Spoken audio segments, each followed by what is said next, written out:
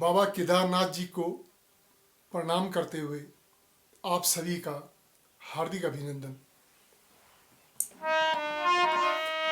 कर्पूर गौरम करुणावतारम संसार सारम भुजगेन्द्रहारम सदा वसंतम हृदयारविंदे भवम भवानी सहितं नमामि।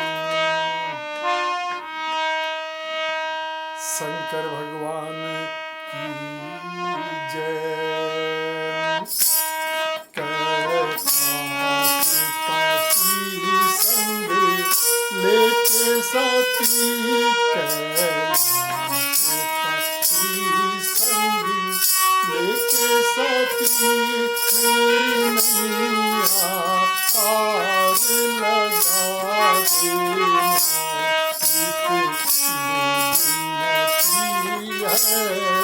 ब्रह्म जति गलती तो मति तुम चितलाना। कैलाशपति संग लेके सती।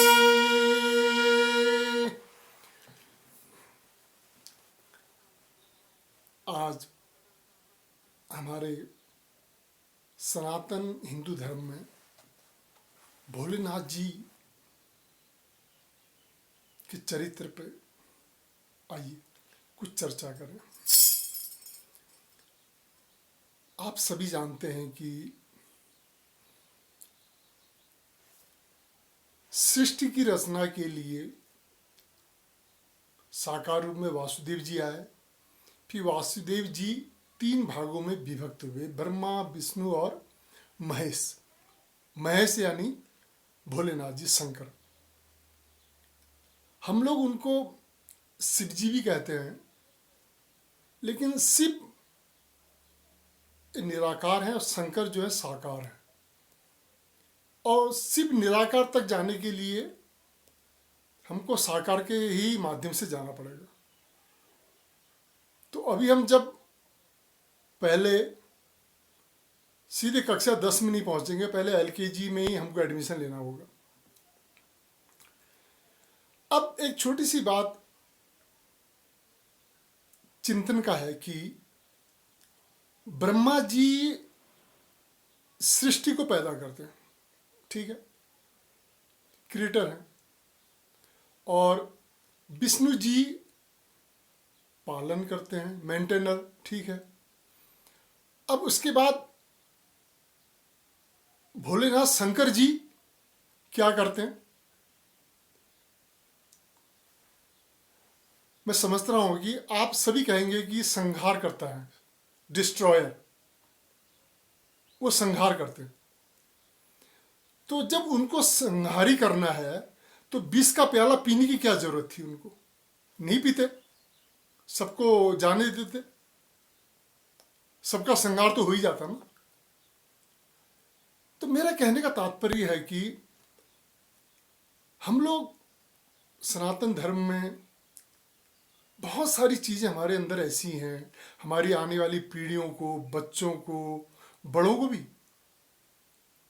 बस हाँ जी भोलेनाथ जी तो संहार करते हैं। ये कॉमन सेंस की बात है। उन्होंने जहर का प्याला खुद पिया ताकि सब प्राणी जीवित रहें। और जीवित क्यों रहे?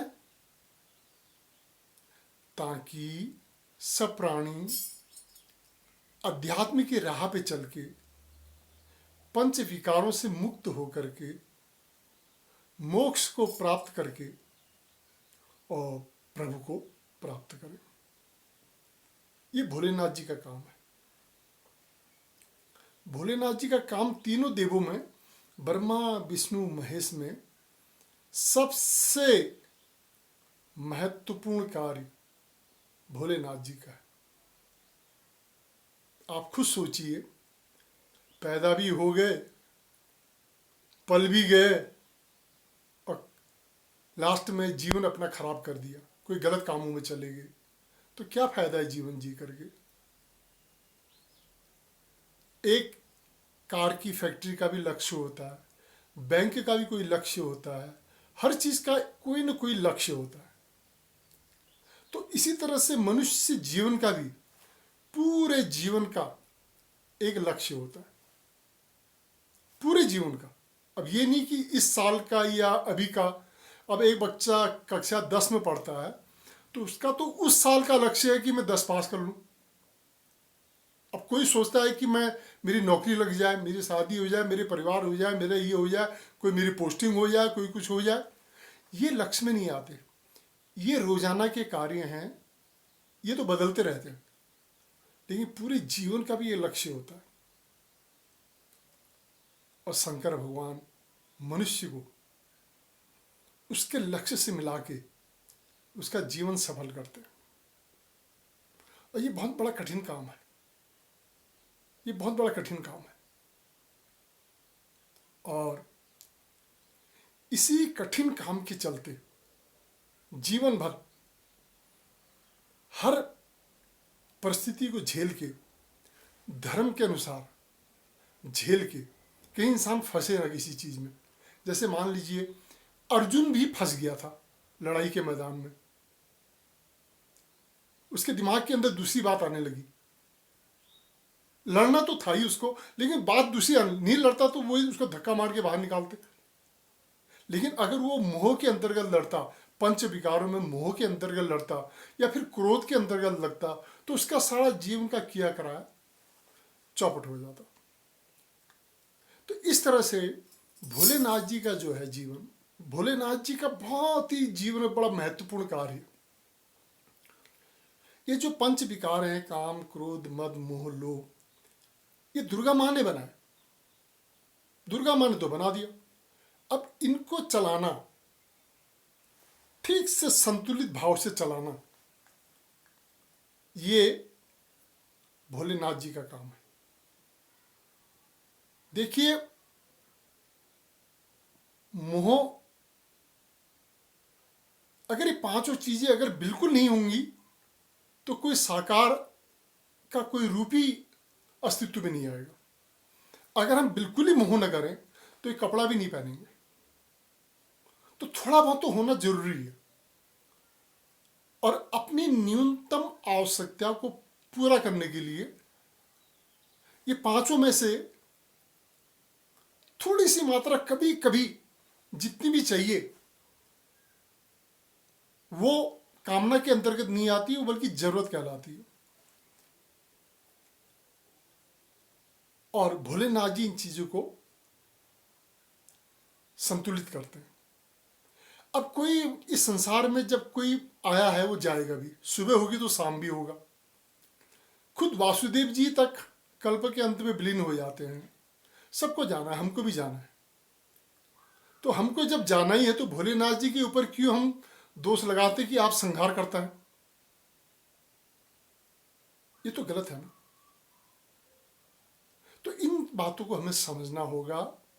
और भोलेनाथ जी के मंदिर में जब भी हम प्रार्थना करें, घर में कभी भी उनको याद करें, हमें पता होना चाहिए कि भोलेनाथ जी से हम क्या मांगे। अब आप खुद सोचिए, अब एक डॉक्टर के पास हम कपड़ा सिलाई करने ले जाएं तो क्या उचित होगा? नहीं होगा। टेलर के पास टेलर वाला काम लेके जाएंगे, हलवाई के पास हलवाई वाला, डॉक्टर के पास डॉक्टर वाला। भोलेनाथ जी इन पांचों को कंट्रोल करके मनुष्य के जीवन में उसको परमात्मा से मिलाते हैं। इसीलिए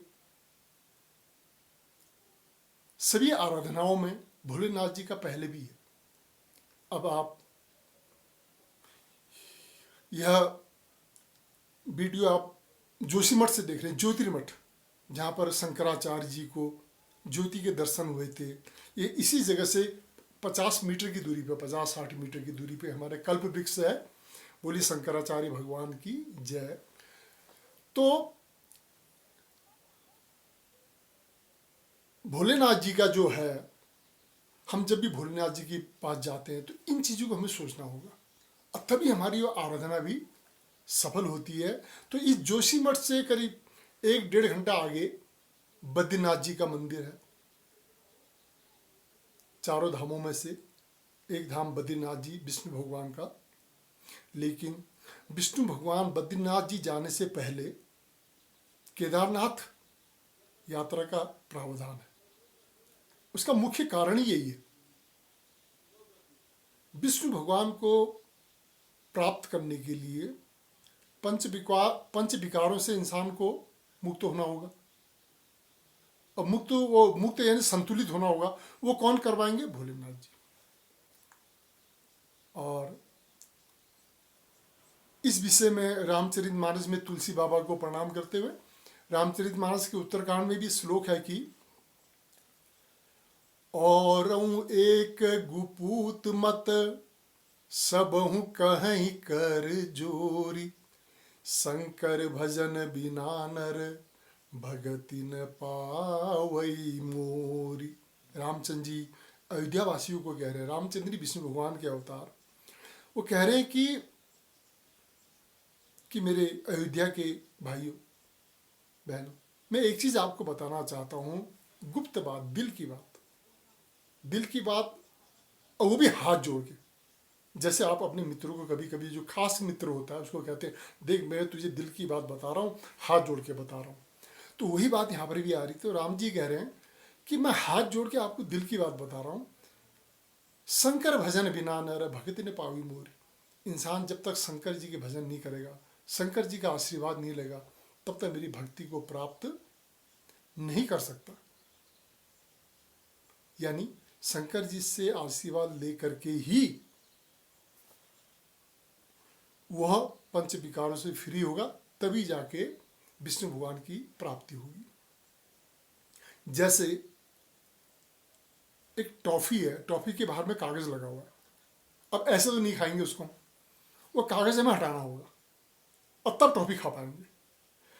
अब वो कागज का मतलब वही है, पंच विकारों का एक लेयर है। अब उसको हटाने का काम शंकर भगवान का है। तो शंकर भगवान के बारे में आज ज़्यादा ना कह के इस कोरोना के समय में थोड़ा बहुत हम चिंतन करें, अध्ययन करें। और शंकर भगवान का मुख्य कार्य दिमाग के अंदर में जो तत्व हैं, मेडिकल साइंस में नहीं मिलेगा, वो मेडिकल साइंस में खाली ब्रेन मिलेगा और कुछ नहीं मिलेगा, लेकिन उसके अंदर में जो पांचों तत्व हैं वो कैसे आते हैं, कैसे जाते हैं, कैसे उनका वो होता है, ये एक बहुत ही कठिन काम है। और यही मनुष्य का सबसे बड़ा इम्पोर्टेंट ब्रेन माना जाता है, और उसी से उसको प्रभु की प्राप्ति भी होती है। तो बोलिएगा प्रेम से, शंकर भगवान की जय।